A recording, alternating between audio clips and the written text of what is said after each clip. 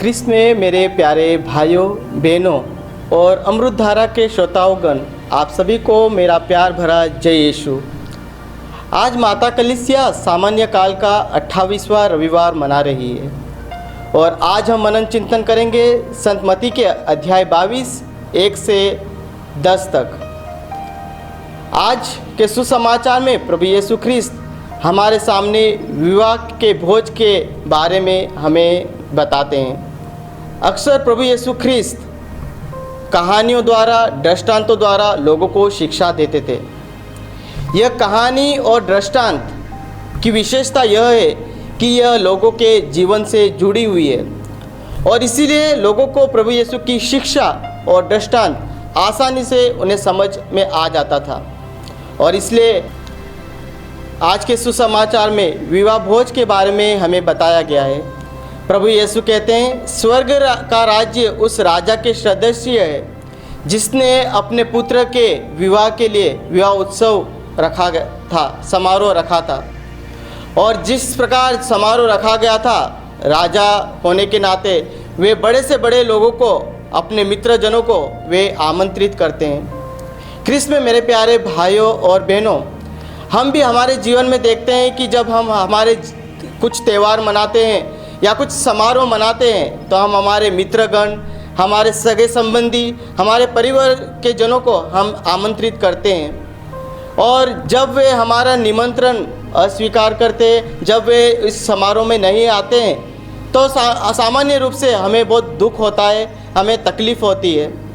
लेकिन वही लोग जिन्हें हम बुलाते हैं, अगर वे आ जाते हैं इस समारोह में, उस प्रोग्राम में, तो हमें बहुत खुशी होती है, हमें आनंद लगता है।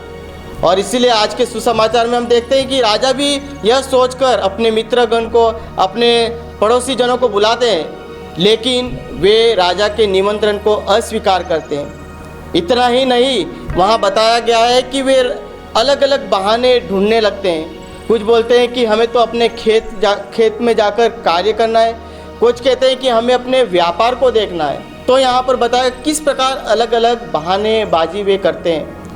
लेकिन राजा को दुख लगता है कि जिन लोगों को वे चाहते थे उन्हें बुलाए, लेकिन वे नहीं आते।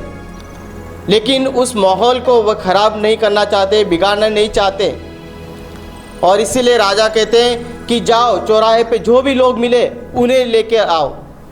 उससे पहले एक सोचने की बात यह है कि राजा जिन सैनिकों को वे बुलाने भेजते हैं, उनके साथ ये जो लोग हैं बहानेबाजी करते हैं, वे उनके साथ दुरुपयोग करते हैं। इतना ही नहीं, वे उन्हें मारते हैं, पीटते हैं, उनकी हत्या कर देते हैं। तो ये बात हमें समझ में नहीं आती। हम किसी को बुलाते हैं, किसी को इनविटेशन देते हैं, तो हम उनके साथ इस प्रकार व्यवहार नहीं करते। हम उन्हें मारते नहीं, हम उन्हें पीटते नहीं। पर यहाँ हमें बताया गया है, राजा अपने सैनिकों को भेजते हैं निमंत्रण देने के लिए, पर यहाँ पर वे लोग उनके साथ मारपीट करते हैं। बहुत बुरी हालत हमें यहाँ देखने को मिलती है। लेकिन फिर भी जिस प्रकार मैंने कहा, राजा उस माहौल को ख़राब नहीं करना चाहते थे।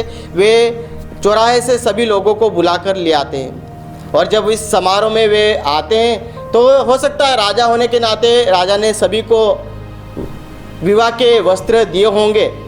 और इसीलिए जब सब लोग आ जाते हैं, मंडप अतिथियों से भर जाता है और राजा को जब खबर मिलती है कि सब लोग आ गए हैं, तो राजा उन अतिथियों से मिलने के लिए, उस मंडप से में आए हुए लोगों से मिलने के लिए जब वे आते हैं तो उनकी नज़र सब लोगों पे पड़ती है, वो खुश हो जाते हैं। पर तुरंत उनकी नज़र एक ऐसे व्यक्ति पर पड़ती है जो विवाह उत्सव के वस्त्र पहने हुए नहीं था। और जब राजा वहाँ आते हैं, वे उस व्यक्ति से पूछते हैं कि आप इस विवाह उत्सव में आए, आपको जो वो वस्त्र दिए गए थे, आपने उस वस्त्र को क्यों नहीं पहना? और हम देखते हैं कि जो वह व्यक्ति रहता है वह चुप खड़े रहता है। और इसलिए राजा उससे क्रोधित होता है और कहता है कि उसे यहाँ मंडप से निकाल कर बाहर फेंक दीजिए। अब हमारे सामने प्रश्न उठता है कि ये विवाह उत्सव के वस्त्र क्या है? यहाँ पर यह तात्पर्य, इस वस्त्र का तात्पर्य यह है कि यहाँ कपड़े, अच्छे कपड़े, साफ कपड़े की बात नहीं कही गई है। यहाँ पर बात की गई है कि हमें अपना जो पापमय जीवन है, कलंकित जीवन है, उस वस्त्र को उतार कर पवित्रता के वस्त्रों को हमें अपने जीवन में पहनना चाहिए। तभी हम ईश्वर के राज्य में प्रवेश कर सकते हैं। ये जो दृष्टांत है हमें यूक्रिस्त की और भी दर्शाता है कि प्रभु यीशु हमें उस यूक्रिस्त में हमें आमंत्रित करते हैं। पर कई बार हम भी उन राजा के जो मित्र हैं उनके समान हम बन जाते हैं। हम भी बहानेबाजी करते हैं कि आज तो रविवार है, आज के दिन ही मुझे छुट्टी मिली, आज रविवार है, आज तो मुझे पिकनिक जाना चाहिए, आज तो रविवार है, मुझे अपने मित्र से मिलने जाना चाहिए। इस प्रकार हम भी ईश्वर की जो बुलाहट है, निमंत्रण है, उसे हम अस्वीकार कर देते हैं। और कुछ तो हम लोग जो हर रविवार को हर दिन मिसा बलिदान में भाग लेते हैं, पर फिर वही बात आती है कि हम भी उस पवित्रता के वस्त्र पहनकर इस मिसा बलिदान में भाग लेते हैं या नहीं। तो प्रभु यीशु हम सभी को बुलाहट देते हैं, सभी को जिम्मेदारी दी है कि हम सभी ईश्वर के निमंत्रण को स्वीकार करें, उस जिम्मेदारी को हम पूरी तरह से निभाएं। पर हम लोग भी कई बार बहानेबाजी करते हैं। तो आइए हम इन प्रश्नों पर थोड़ा मनन चिंतन करें। पहला, क्या मैं उन अतिथियों के समान हूँ जो मिसा बलिदान में भाग न लेने के लिए बहानेबाजी करता हूँ?